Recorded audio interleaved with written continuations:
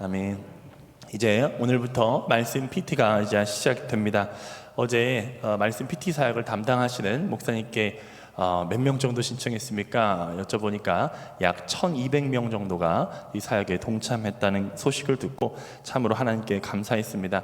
정말 많은 성도님들이 참여해 주셨죠.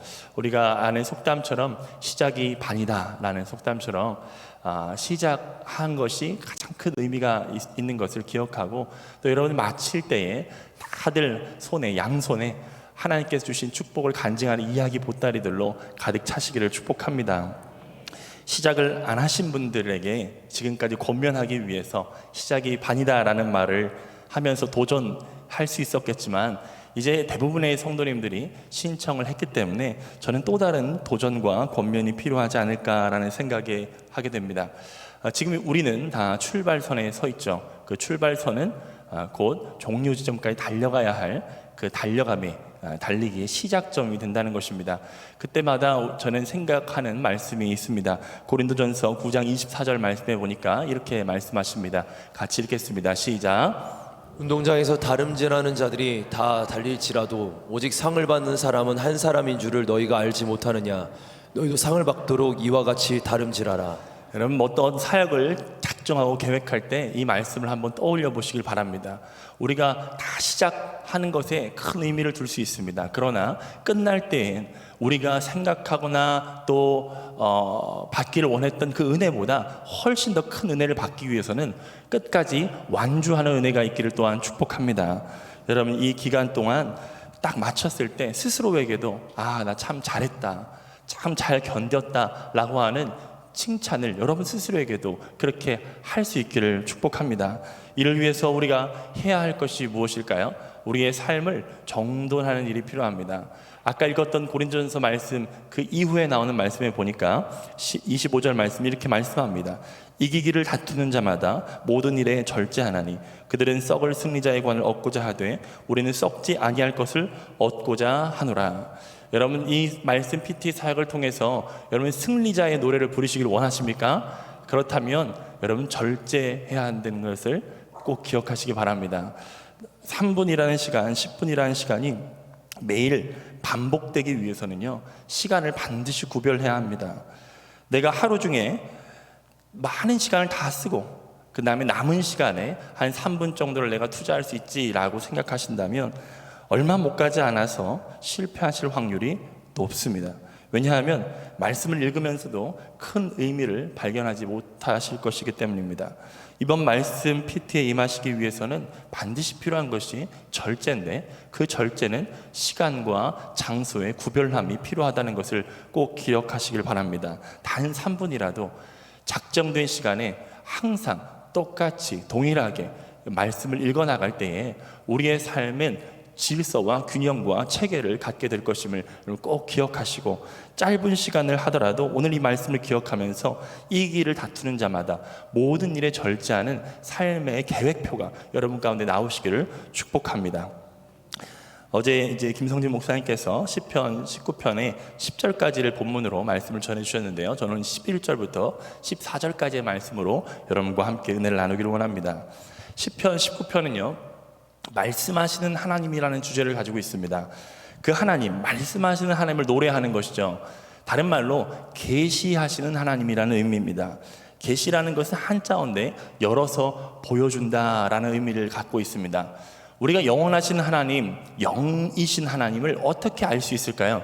바로 계시라는 것을 통해서만이 알 수가 있습니다. 그래서 유한한 인간은 하나님께서 열어서 보여주시는 만큼만 알 수 있습니다. 그래서 때때로는 내 이성보다도 훨씬 크신 하나님을 우리는 인정해야 합니다. 어떤 분들은 내가 이해하면 믿겠습니다 라는 분들이 있어요. 그러나 우리의 신앙은 거꾸로입니다. 믿으면 이해되는 것들이 훨씬 더 많이 있다는 것입니다. 그래서 여러분들 말씀을 읽을 때에 하나님 계시의 말씀을 깨닫게 해주세요, 내 마음을 열어서 주의 음성을 듣게 해주세요 라는 마음으로 항상 말씀을 대하시는 것이 필요합니다. 그럼 계시에는 두 가지가 있다고 우리가 배워서 알고 있죠.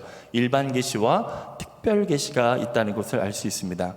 우리가 잘 알듯이 일반 계시는 자연 만물을 통해서 하나님이 어떤 분이신지를 알게 하고, 특별 계시라는 것은 자연적인 것이 아닌 초자연적인 것으로 하나님이 어떤 분이신지를 알게 해주십니다. 이 특별계시에 대표적으로 포함되는 것이 바로 우리가 읽은 성경 말씀이 있고, 그리고 말씀이 육신이 되어 우리 가운데 오신 예수 그리스도가 이 특별계시에 속한다고 알 수 있습니다.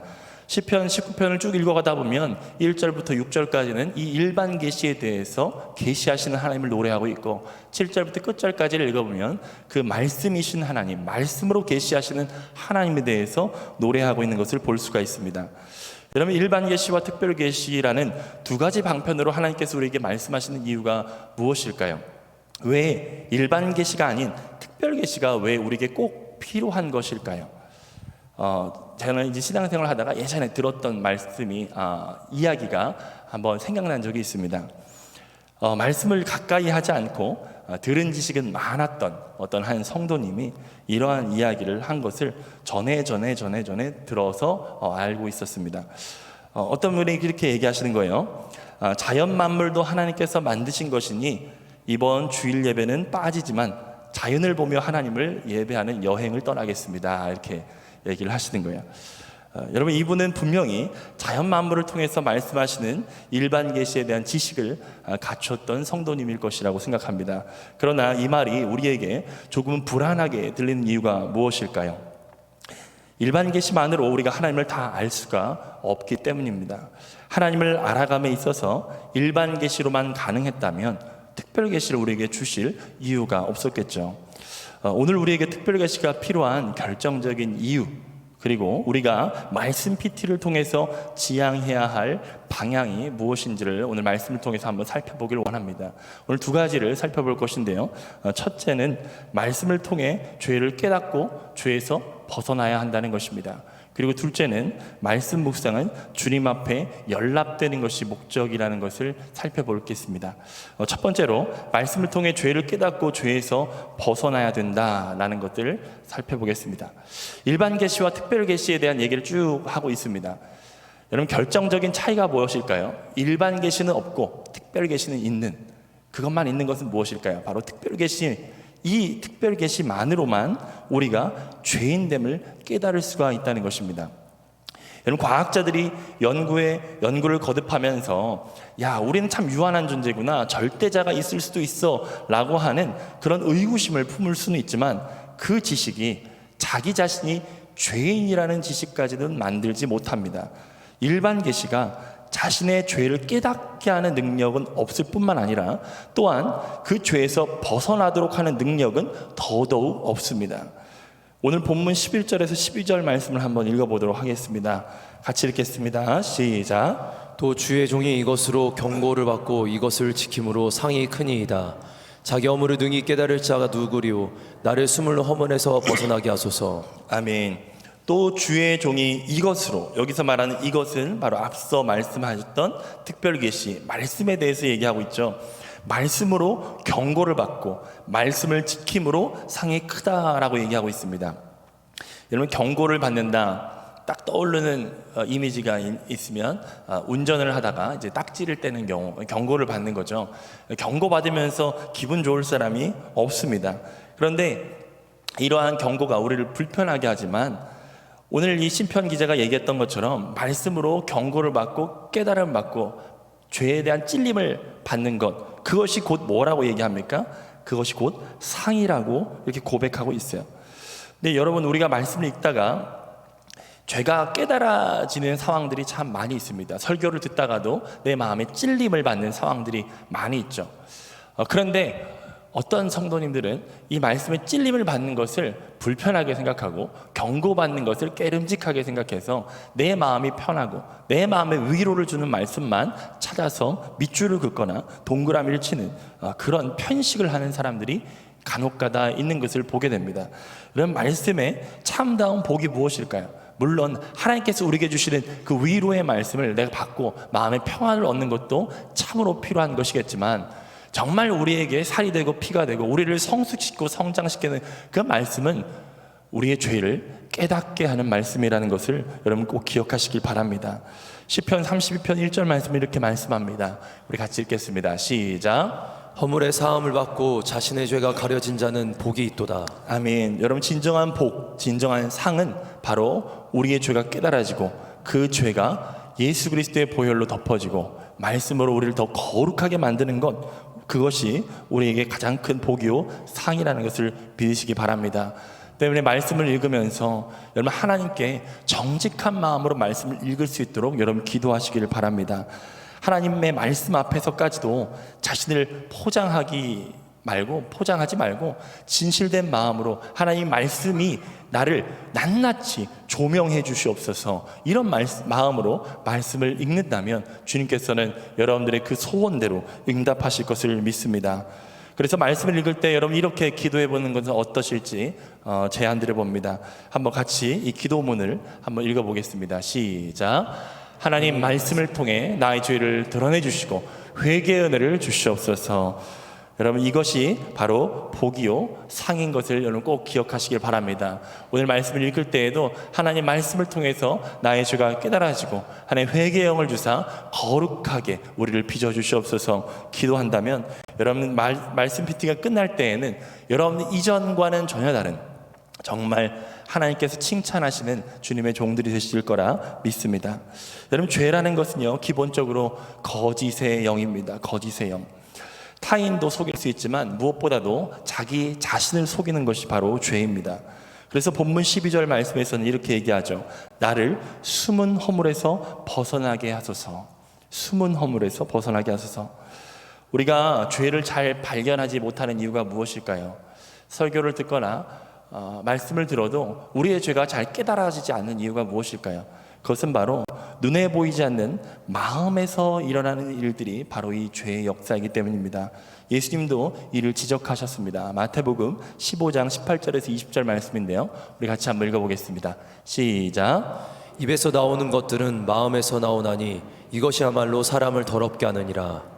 마음에서 나오는 것은 악한 생각과 살인과 간음과 음란과 도덕질과 거짓 증언과 비방이니 이런 것들이 사람을 더럽게 하는 것이요 씻지 않은 손으로 먹는 것은 사람을 더럽게 하지 못하느니라. 아멘. 지금 마음에서 나오는 것이 사람을 더럽게 한다. 다른 말로 우리의 숨은 죄의 그 근거지, 그 진원지는 바로 우리의 마음이라는 것입니다. 다른 말로 우리가 거룩해지기 위해서는 그 말씀을 처음에는 입에 담아야 되지만 그 입에 담은 말씀이 어디까지 내려가야 되냐? 마음 공간까지 내려가야 된다는 것을 얘기하고 있습니다. 우리가 거룩해져야 될 공간은 우리의 겉껍데기, 겉사람이 아니라 우리의 속사람, 우리의 내면, 그것이 바로 우리가 거룩해지고 변화되어야 될 정말 중요한 장소라는 것이죠. 때문에 우리가 말씀을 읽어도 변화되지 않는 이유는 그 말씀이 마음까지 내려가지 않았기 때문입니다. 마음까지 닿도록 우리가 반복하지 않았기 때문이라는 것이죠. 여러분들, 쉐마의 말씀에서도 말씀을 마음의 색이라고 강조하고 있습니다. 신명기 6장 6절 같이 읽겠습니다. 시작. 오늘 내가 내게 명하는 이 말씀을 너는 마음에 새기고. 어디에 새기라고 말씀하십니까? 마음에 새겨라. 우리가 전도할 때 자주 인용하는 로마서 10장 8절 말씀에도 구원을 일으키는 그 장소가 어디냐 이렇게 얘기하고 있죠. 같이 읽겠습니다. 시작. 그러면 무엇을 말하느냐? 말씀이 내게 가까워 내 입에 있으며 내 마음에 있다 하였으니 곧 우리가 전파하는 믿음의 말씀이라. 아멘. 그리고 시편 119편 11절 말씀에도 이렇게 얘기하고 있습니다. 우리 같이 읽겠습니다. 시작. 내가 주께 범죄하지 아니하려 하여 주의 말씀을 내 마음에 두었나이다. 아멘. 여러분, 말씀을 마음에 두시는 말씀 PT가 되시길 축복합니다. 그냥 3분을 채우고 10분을 채우는 것으로는 우리의 영혼을 변화시키기에는 너무나 부족합니다. 단 3분이라도, 단 10분이라도 몰입하고 집중하여 구별된 시간과 장소를 갖지 않는다면 그저 하루 중 쓰고 남은 시간 중에서 몇 시간을, 몇 분을 그냥 내가 숙제하듯이 한다면 여러분들 중간에 탈락할 수밖에 없습니다. 끝까지 가기 위해서는 그 말씀이 마음에 닿게 해야 되는데, 그러려면 단 몇 분이라도 그 시간을 구별하고 집중하시기를 바랍니다. 말씀 앞에 진실하고 겸손한 태도로 설 때에 우리의 숨은 허물이 드러날 수가 있다는 것입니다. 또한 우리는 숨은 허물만 있는 것이 아니죠. 오늘 시편의 기자는 고의로 죄를 범하는 자들에게도 기도를 하고 있습니다. 본문 13절 말씀을 같이 읽겠습니다. 시작. 또 주의 종에게 고의로 죄를 짓지 말게 하사 그 죄가 나를 주장하지 못하게 하소서. 그리하면 내가 정직하여 큰 죄가에서 벗어나겠나이다. 숨은 죄, 그리고 고의로 범하는 죄. 여러분, 인간의 부패함은 죄가 죄인 줄 알면서도 죄를 짓는 것, 그것이 인간의 부패함이죠. 말씀을 전하고 있는 저조차도 이 말씀을 대하면서 이번 한 번만 이라는 마음으로 수없이 반복적으로 은밀하게 지었던 죄들이 얼마나 많은지 모르겠습니다. 여러분, 이처럼 죄는 우리를 은밀하고도 그리고 대담하게 우리를 끌고 간다는 것을 기억하시기 바랍니다. 죄의 영향력을 이길 수 있는 것은 오직 말씀의 힘밖에 없습니다. 말씀을 붙들 때야만이 이 숨은 죄와 고의로 짓는 이 죄에서 우리를 벗어나게 할 수 있다는 것을 기억하시기 바랍니다. 히브리서 4장 10절 말씀이 이렇게 말씀합니다.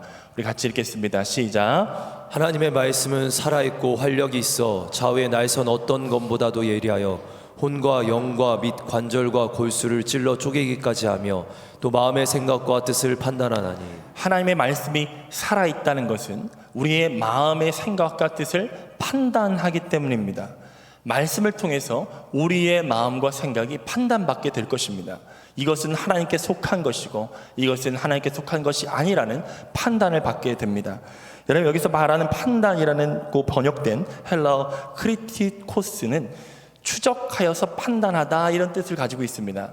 어떤 이미지가 여러분 떠오르십니까? 저는 이런 이미지가 떠올랐어요. 맹수가 그 먹잇감을 끝까지 쫓아서 물어 뜯듯이 은혜의 말씀, 이 살아있는 생명의 말씀은 우리가 읽는 사람들의 마음 깊숙하게 파고들어서 우리의 죄를 끝까지 끄집어낸다는 것을 여러분, 저는 이 말씀을 통해서 보았습니다. 여러분, 말씀이 우리의 삶을 판단하고 우리의 마음과 생각을 드러내게 하기 위하여서 여러분, 말씀에 여러분 자신을 내어 던지시기를 축복합니다. 그 시간을 구별하시기를 축복합니다. 그러므로 말씀은요, 우리가 가까이 하면 할수록 우리를 더 거룩하게 만들 수밖에 없는 것입니다. 요한복음 17장 17절은 이렇게 말씀하고 있습니다. 시작. 그들을 진리로 거룩하게 하옵소서. 아버지의 말씀은 진리니이다. 디모데전서 4장 5절도 이렇게 말씀하고 있죠. 같이 읽겠습니다. 시작. 하나님의 말씀과 기도로 거룩하여 짐이라. 아멘. 여러분, 말씀 PT를 통해서 우리가 맺어야 될 열매는 무엇일까요? 내가 이만큼 했어, 이만큼 읽었어 라고 하는 분량도, 양적인 것도 우리에게 있겠지만 정말 중요한 것은 질적인 변화가 필요하지 않을까 생각됩니다. 그 질적인 변화는 바로 거룩함입니다. 거룩함. 말씀 PT를 시작하면서 여러 죄와의 싸움이 여러분들에게 이미 시작이 되었습니다. 3분이라는 또는 10분이라는 또는 20분이라는 아주 작은 공간을 여러분들이 내어 주었을 것이지만 그 겨자씨만한 작은 공간은 생명의 말씀이 자리하는 공간이 된다면 결코 여러분들을 3분에 머물게 하지 않을 것입니다. 3분에서 10분으로, 10분에서 20분으로, 10분에서 1시간으로 여러분들의 말씀으로 여러분들의 하루를 다 뒤덮을 때까지 그 말씀은 여러분들에게 역사할 것이라는 것을 꼭 기억하시기 바랍니다. 하나님의 말씀이 하나님 우리를 지배해 주시옵소서, 나의 삶을, 나의 생각과 마음을, 나의 인생을 지배해 주옵소서 라는 마음으로 말씀을 대할 때 이것이 여러분들에게 상급이 되고 복이 될 줄 믿습니다. 시편 기자는 그래서 마지막에 본문 14절에 이렇게 기도하고 있습니다. 같이 읽겠습니다. 시작. 나의 반석이시오 나의 구속자이신 여호와여, 내 입의 말과 마음의 묵상이 주님 앞에 연락되기를 원하나이다. 그럼 두 번째로 말씀 묵상은 주님 앞에 연락되어야 한다는 것을 말씀드리겠습니다. 말씀 묵상이 연락된다라고, 연락되게 해주세요라는 간구로 이 시편을 마치고 있죠. 연락이라는 단어는 제의적인 용어입니다. 바로 제사에서 쓰이는 용어, 다른 말로 얘기해서 예배의 행위라는 것입니다. 묵상이라고 하는 것은 예배의 행위입니다. 예배의 행위. 여러분, 예배라는 것은 일방향적인 것이 아닙니다. 쌍방향적이라는 것입니다. 우리가 가인과 아벨의 예배를 기억하고 있지 않습니까? 둘 다 동일하게 예배를 드렸지만 어떤 예배는 받으심이 됐고 어떤 예배는 받지 않으시는 예배가 되었다는 것을 우리는 기억합니다. 여러분, 주님이 받으시는 예배는 어떤 예배일까요? 주님 받으신 예배는 쉽게 표현해서 주님께서 원하시는 방식으로 드리는 예배가 바로 주님이 받으시는 예배입니다. 그렇다면 주님이 원하시는 방식이라는 것이 무엇일까요? 레위기서에 보면 제사장이 예배를 드려 나갈 때에 여러 가지 복장을 입게 되어 있는데 그 중에 한 가지가 있습니다. 그 중에 한 가지는 이 이마에다가 패를 붙이게 되어 있는데 그 패에다가 뭐라고 쓰여 있냐면 여호와께 성결이라는 패를 그 이마에 붙이도록 했다는 것입니다. 여러분, 성결이라는 단어, 왜 그 단어를 왜 이마에 붙이게 했을까요?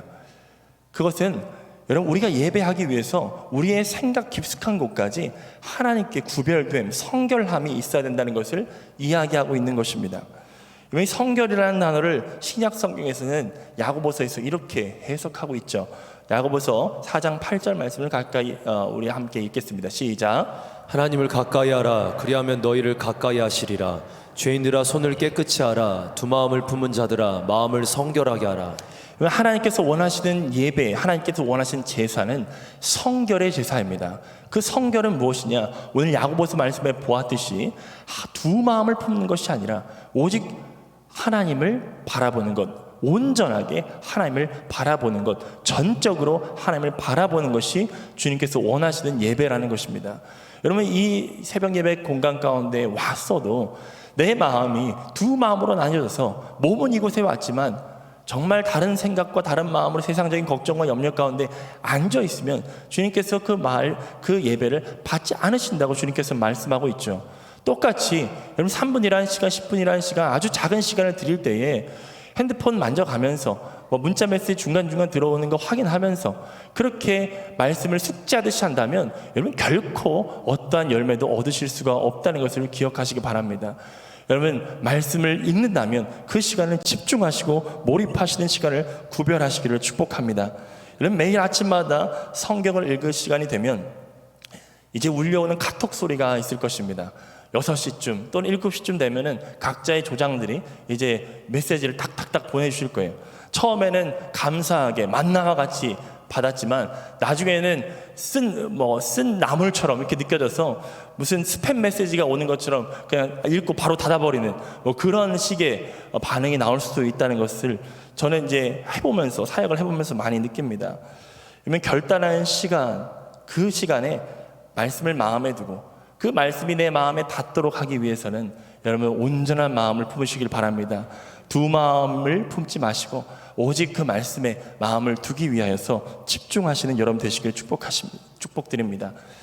말씀을 정리하면서 하나님께서 우리에게 이 말씀 PT 사역을 주신 이유가 무엇일까 저는 생각해 봤습니다. 그것은 하나님은 우리의 삶에 결코 변두리에 있기를 원하지 않는다는 것입니다. 하나님은 우리의 삶의 중심에 자리 잡히시기를 원하십니다. 그래서 말씀을 삶의 중심에 두시기를 원하여서 너 삶 가운데 아주 작은 공간을 나에게 열어주지 않을래? 라고 주님께서 초청하시는 것이죠. 우리가 주님의 초청에 응한다면, 그 말씀에 마음을 둔다면 이제는 3분이 10분이 되고 10분이 20분이 되고 20분이 여러분들의 평생의 삶을 좌우하는 정말 귀중한 분기점이 될 것이라 믿습니다. 이런 말씀을 통해서 죄를 분별하고 죄를 끊어내고 거룩함으로 나아갈 때 주님께서 원하시는 산 제사와 같은 예배를 주님께 드릴 수 있을 거라고 믿습니다. 말씀을 정리하면서 우리 기도 제목 3가지를 한번 읽으면서 기도해 보겠습니다. 우리 같이 읽겠습니다. 시작. 주여, 이번 말씀 운동을 통해 우리의 숨은 죄와 반복적으로 짓는 죄를 분별하여 끊어내고 마음의 생각과 모든 행위가 온전히 주의 말씀을 따르게 하여 주옵소서. 주여, 성령을 보내주셔서 살아있는 생명의 말씀이 마음 깊숙한 곳까지 깨달아져서 우리의 인격이 그리스도의 인격으로 변화되게 하여 주옵소서. 주여, 마음의 묵상이 주님 앞에 연락되기를 원합니다. 두 마음을 품었던 것을 회개하오니 성결하게 하여 주시고 하나님의 말씀에 대한 목마름으로 채워 주옵소서. 우리 기도 제목 붙들고 말씀을 기억하면서 우리 함께 기도하겠습니다. 하나님, 오늘부터 시작되는 말씀 PT 사역에 성령이여 임하여 주셔서 하나님, 우리의 마음을 말씀에 두게 하여 주시옵시고 우리의 생각과 지식의 수준에서만 머무는 것이 아니라 하나님 말씀이 우리의 마음과 생각을 근본적으로 변화시킬 수 있도록 주님 역사하여 주시옵소서. 우리 주여 한번 부르짖고 같이 기도하겠습니다.